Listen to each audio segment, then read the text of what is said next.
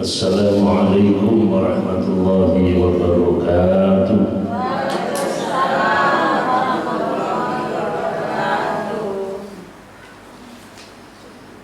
Tengah malam tertidur pulas, mimpi indah pergi ke Mekah. Amin. Bagi yang menjawab salamnya ikhlas, moga-moga bertambah berkah. Amin.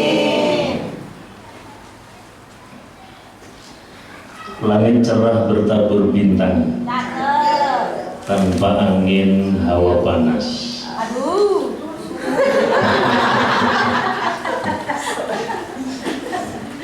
Ibu-ibu, para jamaah, kalau ada yang masih punya hutang, moga-moga hutangnya lunas. Assalamualaikum warahmatullahi wabarakatuh. Waalaikumsalam warahmatullahi wabarakatuh. Bismillah, alhamdulillah, wassalatu wassalamu ala rasulillah wa ala alihi wa ashabihi wa mawala, la hawla wa la quwata illa billah, amma ba'd. Hadratil muhtaramin, para alim, ulama, asatidah, bini sepuh dan sesepuh yang sama-sama kita taati, Abajia di pamungkas keluarga ingkang kula hormati, ibu-ibu, bapak-bapak, hadirin hadirat jamaah pengajian yang dirahmati Allah. Bersyukur kepada Allah dengan mengucap Alhamdulillahirabbil alamin. Sudah banyak nikmat Allah yang telah diberikan kepada kita, berupa sehat badan kita, sehat iman kita, sehat lingkungan kita. Dan patut disyukuri lagi, kita telah mendapat nikmat yang amat sangat besar, yang tidak bisa ditebus dengan materi. Di antaranya nikmat berupa pahala-pahala besar di sisi Allah. Dosa-dosa kita terampuni dengan hadirnya ini. Kemudian diangkat derajat kita oleh Allah. Dan ada juga berupa ketenangan. Kita akan mendapat sakinah, ketenangan, ayem. Nanti ngaji niku dadekno ayem yati. Jangan ayem tak badan. Alhamdulillah. Utang-utang eling tak badan.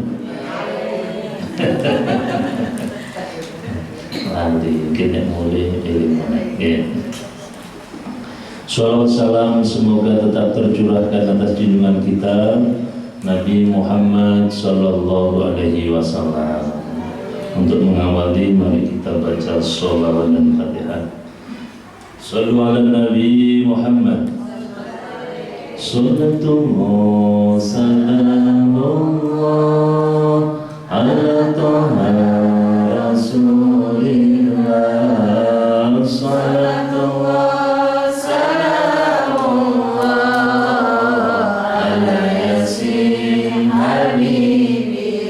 ya Allah, kula nyuwun ibadah kula istiqomah. Ya Allah, kula nyuwun sedaya kula husnul khatimah. Salatu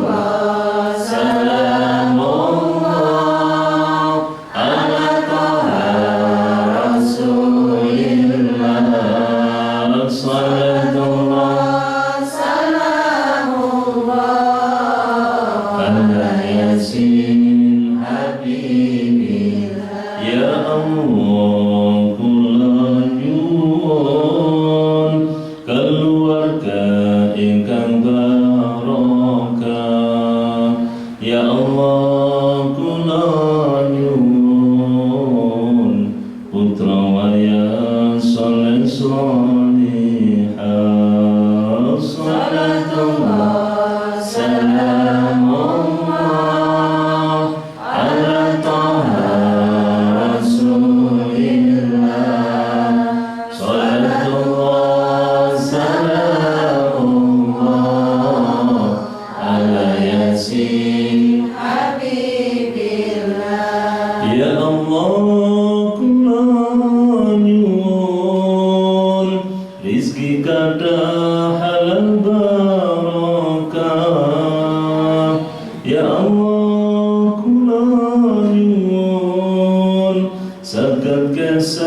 Makkah Madinah.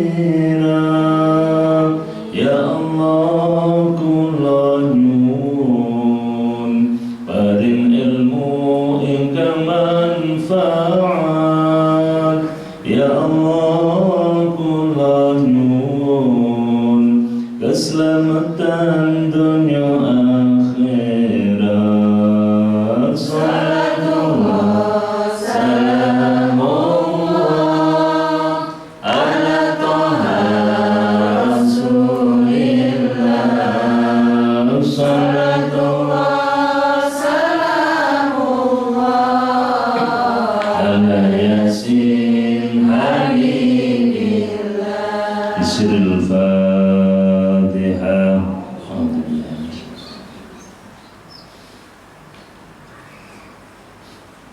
Amin. Kita lanjut kajian kitab Wasiatul Mustafa pada hadis yang ke-53. Bismillahirrahmanirrahim. Qala alaihi salatu wassalam, la taubata lit-taibi hatta yaghsila batnahu minal harami bi kasbihi. Qala dawu sapa alaihi Nabi Muhammad sallallahu alaihi wasallam, la taubata ura aran taubat litaibi kedue wong kang taubat hatta sehingga yang silang ngumbah sapa taib batnahu ing wetenge taib minal harami saking barang haram bi kelawan bagusi kasbihi penggaweane taib. Qala alaihi salatu wassalam, Rasulullah sallallahu alaihi wasallam telah bersabda, la taubata, ini tentunya kepada Sayyidina Ali karramallahu wajhah. La taubata, tobat orang yang bertobat, litaibi, untuk orang yang bertobat. Artinya tidak berguna tobatnya seseorang yang bertobat hatta yarsila badnahu, kecuali disertai dengan membersihkan perutnya minal harami, dari hal-hal yang haram, bi kasbihi, dengan memperbaiki usahanya. Rasulullah berpesan kepada Sayyidina Ali karramallahu wajhah bahwa taubatnya orang yang bertobat itu tidak berguna kecuali disertai dengan membersihkan perutnya dari hal-hal yang haram, yaitu dengan memperbaiki usahanya. Ini maksudnya tidak lain adalah taubatnya orang yang bertobat itu tidak bernilai manakala orang yang bertobat itu masih belum bisa meninggalkan hal-hal yang diharamkan Allah Subhanahu wa ta'ala, terutama makanan minuman yang masuk ke dalam perutnya. Sekarang berbicara tentang taubat dulu. Taubat ini bahasa Jawa ini kapok. Sekarang ngelakoni mana? Rukun taubat ada 4. Rukunnya taubat ada 4. 1, mengetahui atau menyadari akan dosa yang dilakukan. Jadi rukun taubat yang pertama itu mengetahui atau menyadari akan dosa yang dilakukan. Kati tobat nopo niku dosa nopo, lah nyadari aku iki salah opo, itu tahu salahnya. Kemudian yang kedua, menyesali dalam hati, an-nadamu fil qalbi, Jadi menyesali dalam hati, menyesal, getun. Kemudian yang ketiga, al-itmaru alla ya'uda ilahi abada, bertekad kuat untuk tidak mengulangi lagi. Jadi punya tekad untuk tidak kembali berbuat dosa tersebut. Kemudian yang keempat adalah al-iqraru bil lisan, yaitu mengucapkan dalam lisan dalam arti banyak beristighfar kepada Allah Subhanahu wa taala. Astagfirullahaladzim, astagfirullahaladzim, astagfirullahaladzim.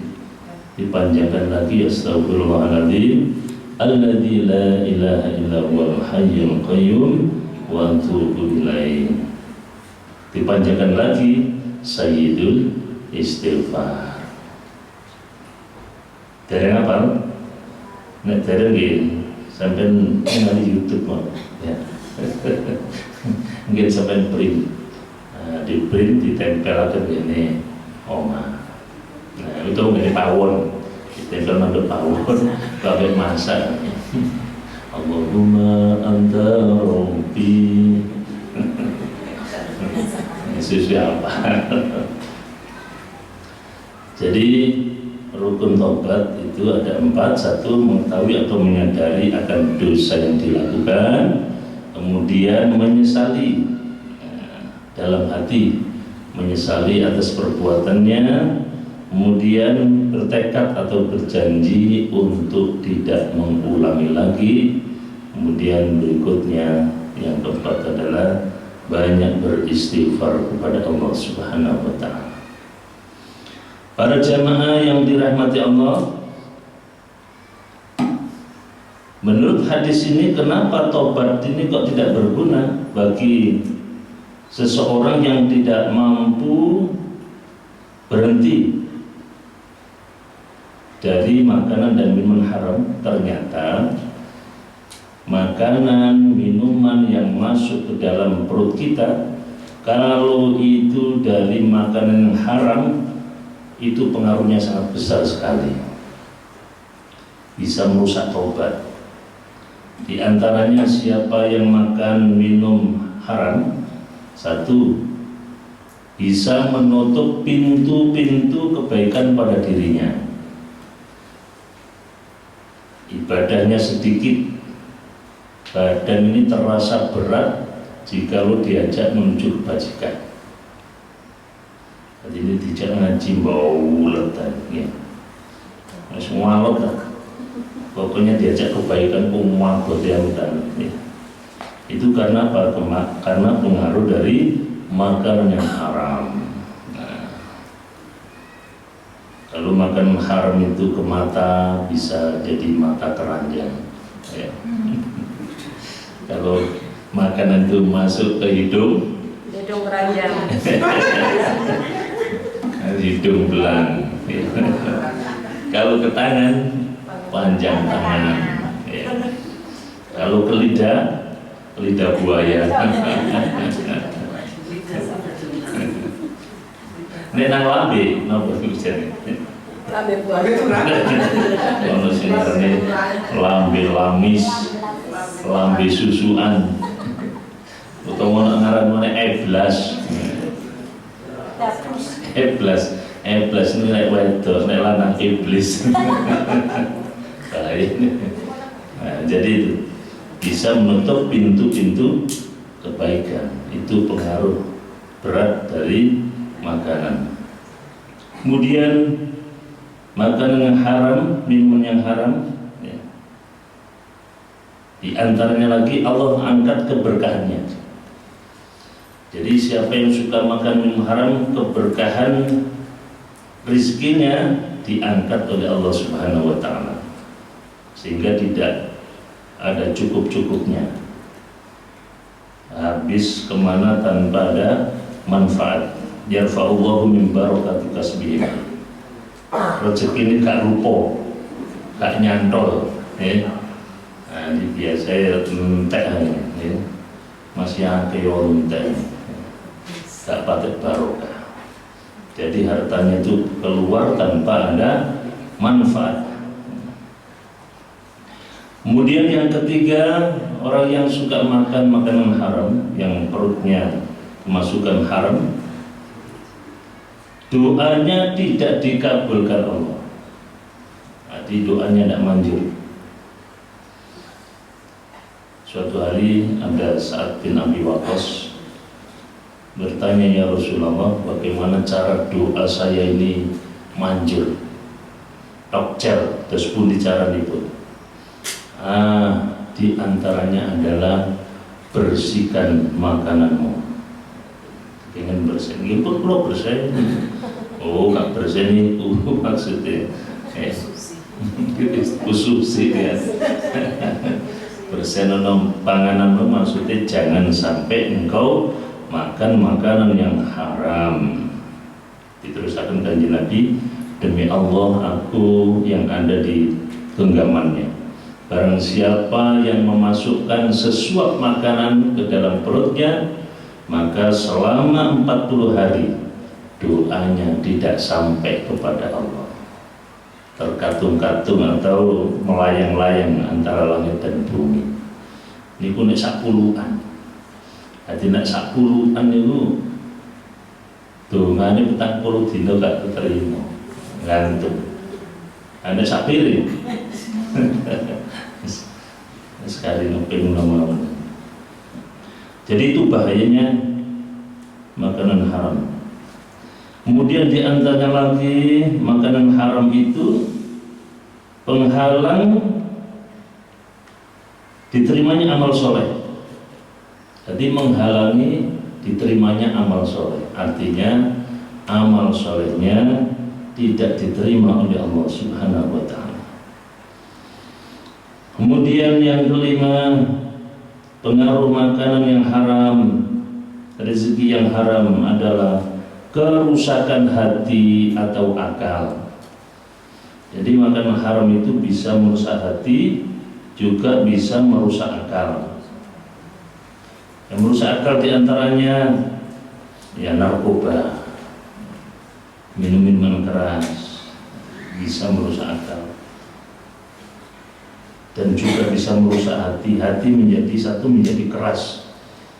Jadi orang kalau mengkonsumsi makanan minuman yang haram, hatinya keras, bahkan mati, tidak bisa menerima kebenaran. Biasanya dituturi meweli, ya. Dituturi mencicil, wonten biasa. Nah, yang itu wonten. Kemudian hatinya bisa berpenyakit. Penyakit hati banyak sekali, dengki, iri, hasud, sombong, dan seterusnya. Kemudian imannya lemah. Itu pengaruh makanan yang haram, minuman yang haram. Kemudian yang keenam, pengaruh makanan haram, minuman haram adalah menjadi gelisah, ketakutan. Jadi hidupnya itu selalu gelisah atau mudah gelisah, mudah ketakutan, karena melakukan hal-hal yang diharamkan oleh Allah. Uripe gak pantek tenang. Kemudian juga lagi bisa merusak keturunan. Bagaimana merusak keturunan itu? Di antaranya bahwa anak itu asal dari kata enak. Gara-gara enak muncul anak. Dan jeladrennya anak itu dari jalan dari sperma. Kalau perempuan ovum, nanti jeladren atau cikal bakal anak itu dari sperma, air mani. Dan air mani itu berasal dari rupi, telo, pohon, plento, nomadi. Dia berasal dari makanan. Ada nih. Kalau makanan kita makanan atau minuman yang haram, akhirnya jadi tadi cikal bakal manusia, kemudian kok jadi anak, berarti anak itu juga katut-katutan haram. Wis panganannya haram, adik nggak ini kadek dongo sisa. Wis tepat dibantu setan. Makanya jangan heran anaknya koyo. Artinya dulu anak kok menguakal itu kayak kau wadah. Jangan mudah nuding anak. Jangan mudah menyalahkan anak. Mari kita duduk termenung di malam hari yang sepi. Kenapa anak-anak kok jadi nakal? Tidak menutup kemungkinan rezeki yang diberikan katutan haram. Jadi bisa merusak keturunan. Kemudian baru yang ke-8, akibat makan haram adalah ancaman siksa neraka. Kullah min nabata min haram fannaru aulabi. Setiap daging yang tumbuh karena makanan yang haram, maka layak tempatnya adalah di neraka. Jadi benci juga ini kalau pun rokok misalnya, kalau di keipanan haram kan dagingnya tumbuh dari yang haram, maka anak tersebut masuk neraka, kemudian akan berkata kepada Allah, ya Allah, saya masuk neraka ini karena akibat perbuatan dari orang tua saya. Itu baik. Jadi oleh karena itu hadis ini menyatakan taubatnya orang yang bertaubat itu tidak berguna selama dia tidak bisa meninggalkan hal-hal yang haram.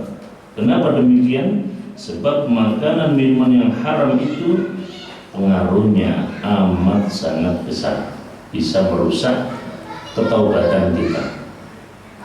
Nek kalau di antara pun rukun taubat adalah bertekad kuat untuk tidak berbuat kembali. Nah, ini kalau makanan haram tidak menutup kemungkinan bisa berbuat dosa lagi. Makanya Rasul menyampaikan taubat orang yang bertobat itu menjadi sempurna manakala bisa menjauhkan diri dari hal-hal yang haram yang masuk ke dalam perutnya. Dengan cara bagaimana? Yaitu memperbaiki usahanya. Karena makanan dan minuman adalah dari usaha. Jadi penggaweannya gitu, benar-benar sampai haram. Para jemaah yang dirahmati Allah, kemudian berikutnya, Bismillahirrahmanirrahim. Ya aliyu idza lam yakunil alimu taqiyan dhallat mau'idatuhu ala qulubin nas kama yatilul qadru ala bidin na'ami was-safa. Ya Ali, wahai Sayyidina Ali, idza lam yakun tatkalane ora ana sapa wong al-alimu wong kang alim iku taqiyan wedi marang Allah, dolat mongko dadi apa mu'idatuhu pituture wong alim ala qulubin nas ngatasi pira-pira atine menungso kama yadillu kaya oleh dadi al-qadru apa tetese udan ala bidi ngatasi endoke an-na'ami manuk suari was-sofa lan watu kang alus. Wahai Sayyidina Ali, seorang alim, seorang pandai yang tidak bertakwa kepada Allah, nasihat-nasihatnya di hati orang-orang bagaikan tetesan air hujan ke telur burung onta dan batu yang halus, tidak dapat meresap ke dalam.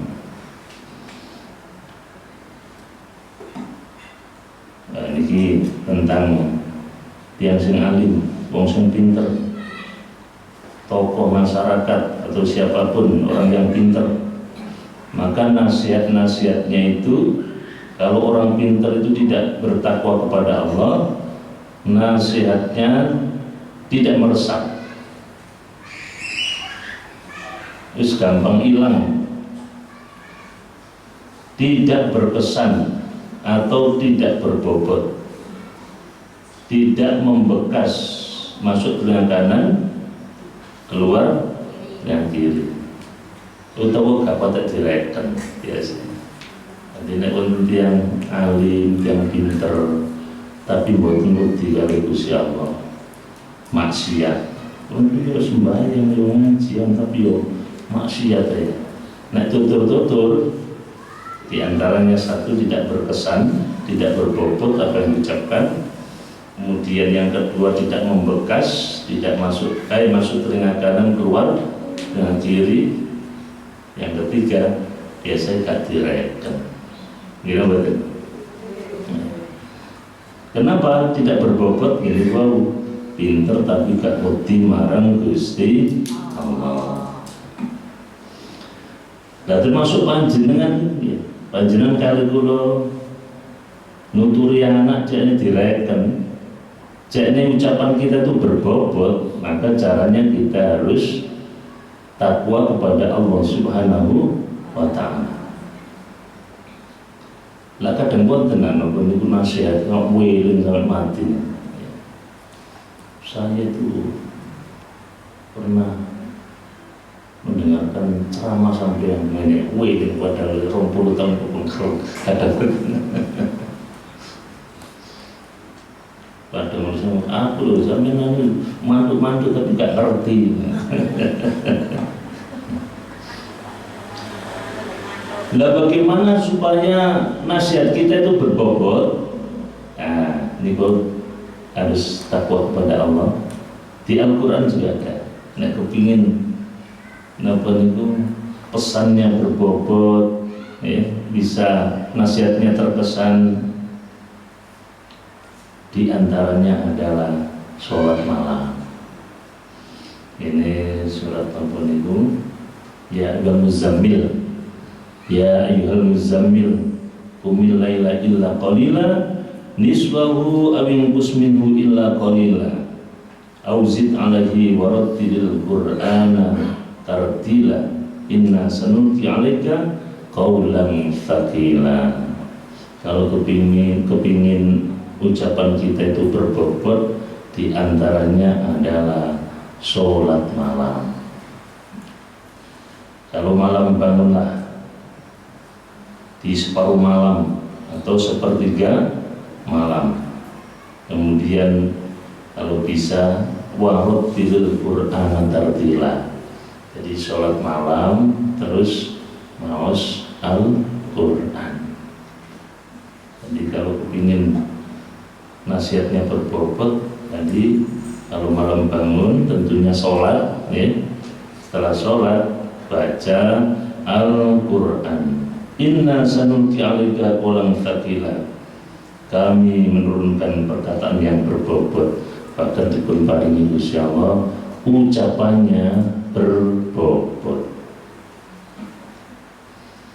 Ini sholat dalun itu nek saged nih setunggal manten tangi itu wudu, manten wudu sholat nopo mawon biasa ibu nek dalun, sholat hajat, sholat taubat nih. Yang kula niku sudah istiqomah, alhamdulillah, ibu-ibu, bapak-bapak. Setiap malam Jumat dimulai jam 2:30. Jadi 2:30 dimulai. Alhamdulillah, bapak-bapak jumlahnya 80, ya. Hilangin oleh.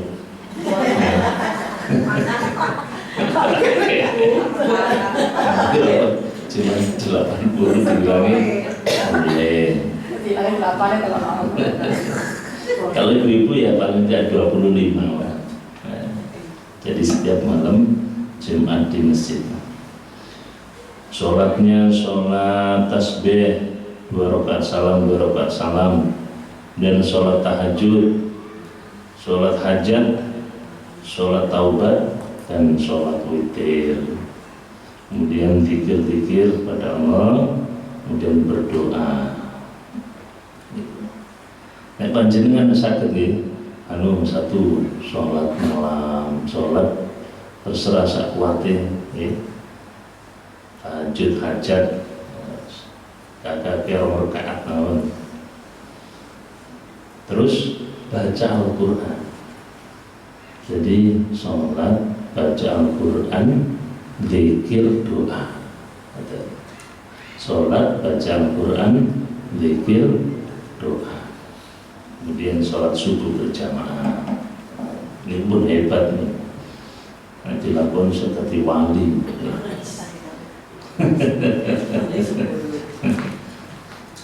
Para jamaah yang dirahmati Allah. Kemudian yang terakhir, ya Ali idza madha 'alal mu'min 40 sabahan walam yujalisil ulama qasa qalbuhu wa jasru 'alal kabair li'anna al-'ilma hayatul qulub. Ya Ali, wahai Sayyidina Ali, idza madha nalika wis keliwat alal mu'min ing atase wong mukmin 40 sabahan apa 40 apane isuke. Ada yang mengatakan 40 hari, 40 pagi.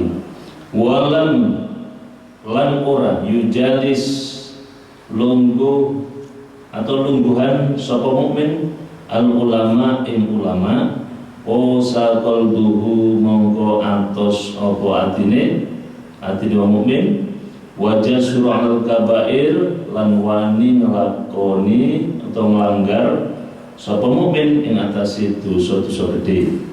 Li anna krono setuhune al ilma iku ilmu iku hayatul qulub uripi biro-biro hati. Wahai Sayyidina Ali, jika orang mukmin selama 40 hari atau 40 pagi tidak menghadiri majelis ulama, majelis taklim, maka hatinya akan menjadi keras dan gampang terjerumus pada perbuatan dosa-dosa besar, karena ilmu adalah dapat menghidupkan hati.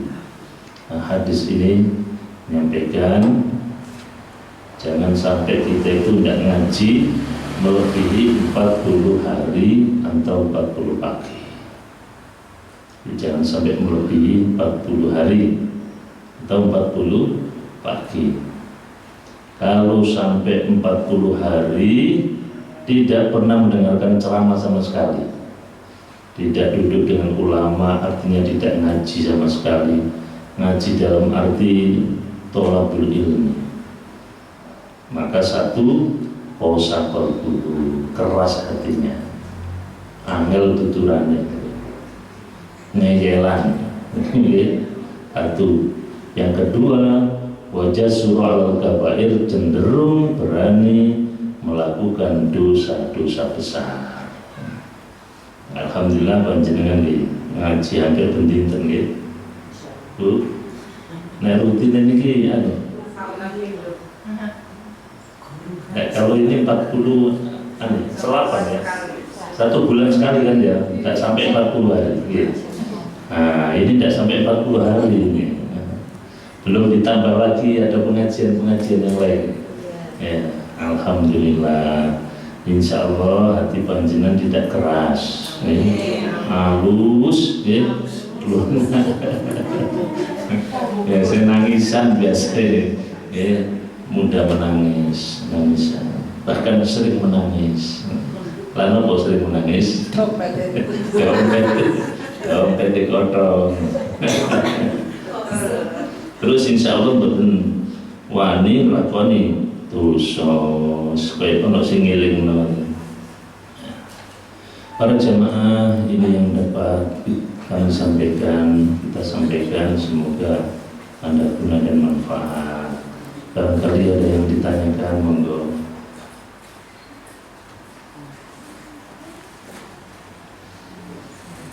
Monggo.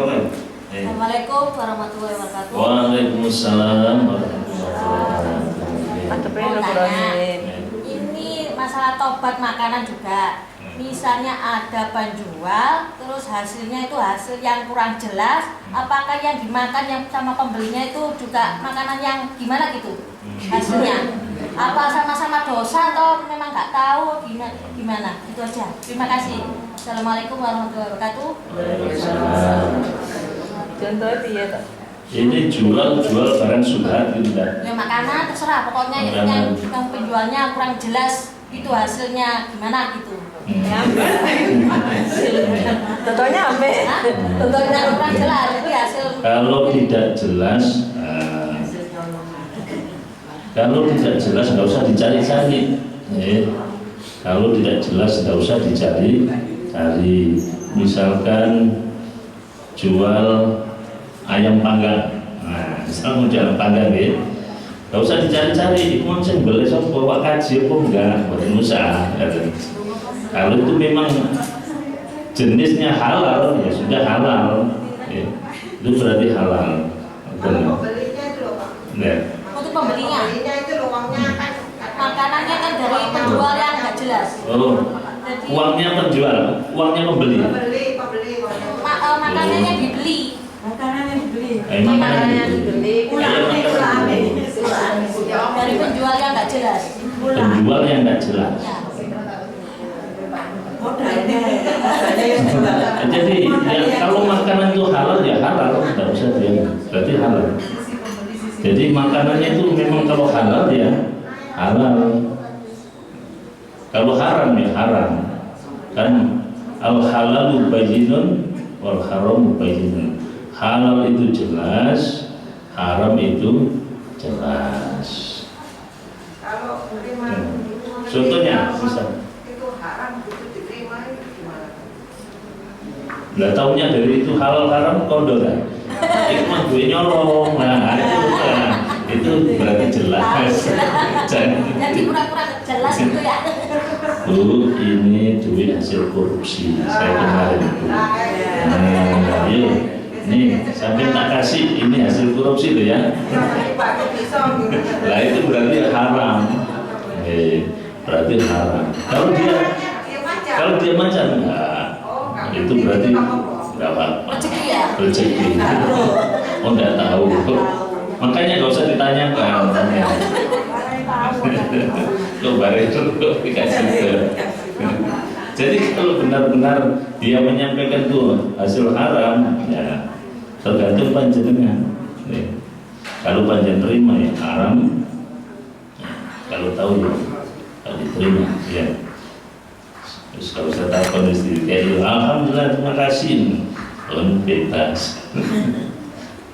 Ada ditanyakan jadi haram. Nah, jadi menjual barang itu kan jelas ya halal haram. Kalau tidak jelas misalkan apa kira-kira? Misalkan apa? Jual apa yang nggak jelas itu? Ya, makanannya itu dari makanan yang dia tak tahu yang mungkin mencuri atau dari yang itu. Nah, karena tidak tahu tidak apa-apa. Oh, nggak tahu, nggak apa-apa. Ya. Karena kita tidak tahu tidak apa-apa. Seperti tadi jual ayam, ya. Terus gak usah dicari-cari sing boleh sopo, ya. Karena ayam itu halal ya halal. Kecuali penada loh Bu. Ada yang meragukan ini, ada yang pernah beli ayam tapi di lehernya itu kok kecil gitu loh. Ya. Kayaknya nggak disembelih gitu. Wah ini jadi jangan juga meragukan. Ya. Kayaknya lehernya itu nggak disembelih, itu ditak-tak ini. Itu dipelintir. Itu mungkin itu bisa subhat itu, ya bisa subhat atau bisa haram. Kalau kita ragu, jadi subhat atau bisa haram. Hanya mau kaji sembelih, jadi halal. Ya atau dia? Apa ya? Iya. Kalau kita kan bertetangga dengan yang non-muslim atau punya saudara yang non-muslim saat mereka merayakan hari rayanya. Nah, kita kan untuk ini kadang kan dikasih makanannya, atau kita saat berkunjung ke saudara juga makan. Sedang kita masih mamang, ini makanannya itu tentang najis sucinya tuh econya bagaimana? Apakah kita langsung berpikiran sudah halal gitu mawon atau bagaimana? Nggih. Nek diparingi tanggane sing Kristen utawa napa nggih. Lihat saja. Itu kalau memang makanan halal enggak usah ragu. Oke. Kalau kan jelas halal enggak usah ragu. Iki kue roti wis kok biasa itu ya halal. Kue iki kok berubi wis halal berubi. Jadi supaya tidak terjebak di subhat atau haram. Yakin saja. Kecuali kalau memang tadi masakan seperti daging ya. Nah, terus dia bilang iki campuran jen iki lah ono babine lah, itu jelas. Kalau memang tidak jelas tidak usah kita cari-cari. Rezeki alhamdulillah. Jadi tidak apa-apa, kita terima. Ya, gitu. Monggo, sambut cekap ya. Alhamdulillah, semoga apa yang kita kaji manfaat. Dan kuncinya, mari kalau kita merasa punya dosa, segera taubat kepada Allah Subhanahu wa Ta'ala, supaya taubat kita sempurna, kita jauhi makanan minuman haram. Jadi orang mukmin itu kalau mau makan ditanya dulu makanan ini halal atau haram. Ya, minuman ini yang akan masuk ke dalam perut saya ini halal atau haram. Nah, kemudian yang saya pakai ini halal atau haram. Jadi sehingga yang kita makan, kita minum, kita pakai semuanya dalam keridhaan Allah Subhanahu wa Ta'ala. Al-Fatihah. Bismillahirrahmanirrahim. Allahumma shalli wa sallim wa barik ala sayyidina Muhammad walhamdulillahi rabbil alamin. Allahumma inna nas'aluka al-huda wat-tuqa wal-'afafa wal-ghina. Allahumma inna ala dzikrika wa syukrika wa husni ibadatik. Allahumma inna nas'aluka al-'afwa wal-'afiyah fid dunya wal akhirah. Allahumma inna nas'aluka ilman nafi'an wa rizqan halalan wasi'a katsiran mubaraka wa 'amalan mutaqabbala. Rabbana atina fid dunya hasanah wa fil akhirati hasanah wa qina adzabannar. Wa sallallahu ala sayyidina Muhammad walhamdulillahi rabbil alamin. Terima kasih, kurang lebihnya mohon maaf. Assalamualaikum warahmatullahi wabarakatuh.